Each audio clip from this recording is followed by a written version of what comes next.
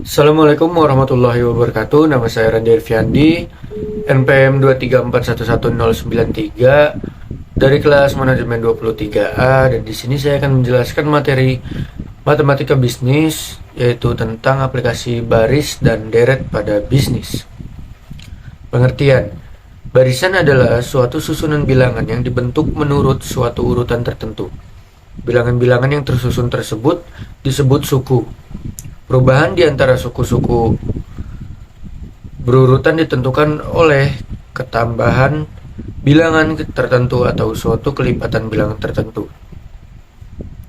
Deret adalah rangkaian bilangan yang tersusun secara teratur dan memenuhi kaidah-kaidah tertentu.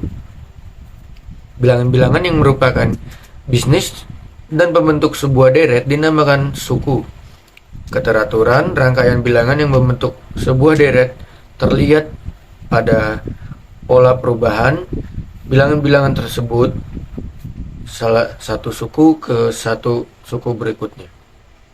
Barisan dan deret banyak digunakan dalam hal menghitung pertumbuhan penduduk dan pangan, mengukur biaya produksi dan pendapatan, serta menghitung bunga majemuk dalam dunia perbankan. Barisan dalam usaha bisnis. Penerapan barisan bagi dunia bisnis yang lebih sesuai adalah baris aritmatika, karena apabila diukur dengan barisan geometri, variabel-variabel ekonomi seperti biaya produksi, modal, pendapatan, tenaga kerja akan kesulitan untuk mengikutinya, dalam arti segera memenuhinya. Penerapan ekonomi. Di bidang bisnis dan ekonomi, teori atau prinsip-prinsip deret sering diterapkan dalam kasus-kasus yang menyangkut perkembangan dan pertumbuhan. Apabila perkembangan atau pertumbuhan suatu gejala tertentu berpola seperti perubahan nilai-nilai suku sebuah deret, baik deret hitung ataupun deret ukur, maka teori deret yang bersangkutan penat atau relevan diterapkan untuk menganalisisnya. 1. Model perkembangan usaha. Jika perkembangan variabel-variabel tertentu dalam kegiatan usaha, misalnya produksi, biaya pendapatan, penggunaan tenaga kerja, atau penanaman modal, berpola seperti deret hitung, maka prinsip-prinsip deret hitung dapat digunakan untuk menganalisis perkembangan variabel tersebut.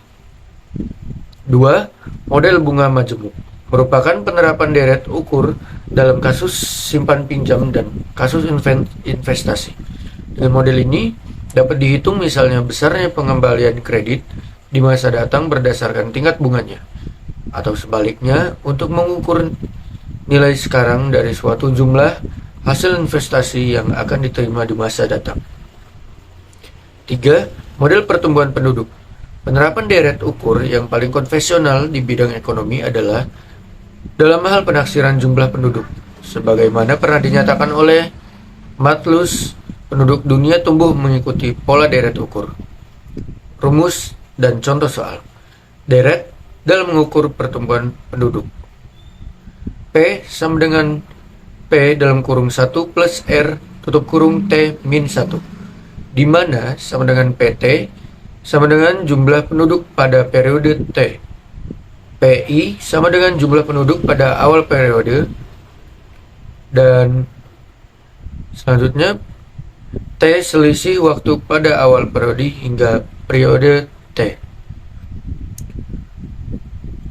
Contoh soal, di kota A pada tahun 2000, jumlah penduduknya sebanyak 2 juta jiwa, dan menurut historis perhitungan, tingkat pertumbuhan penduduk sebesar 2% per tahun. Berapa jumlah penduduk di kota A tahun 2004? Jawabannya, diketahui PI sama dengan 2 juta, R sama dengan 2% sama dengan 0,02%, T sama dengan 2004, min 2000 sama dengan 4. Jawabannya, PT sama dengan PI dalam kurung 1 plus R tutup kurung T min 1. P4 sama dengan 2 juta dalam kurung 1 plus 0,02 tutup kurung pangkat 3. P4 sama dengan 2 juta dalam kurung 1,02 tutup kurung pangkat 3. P4 sama dengan 2 juta dalam kurung 1,02 tutup kurung, P sama dengan 2.120.000. Itu saja yang bisa saya sampaikan. Terima kasih. Assalamualaikum warahmatullahi wabarakatuh.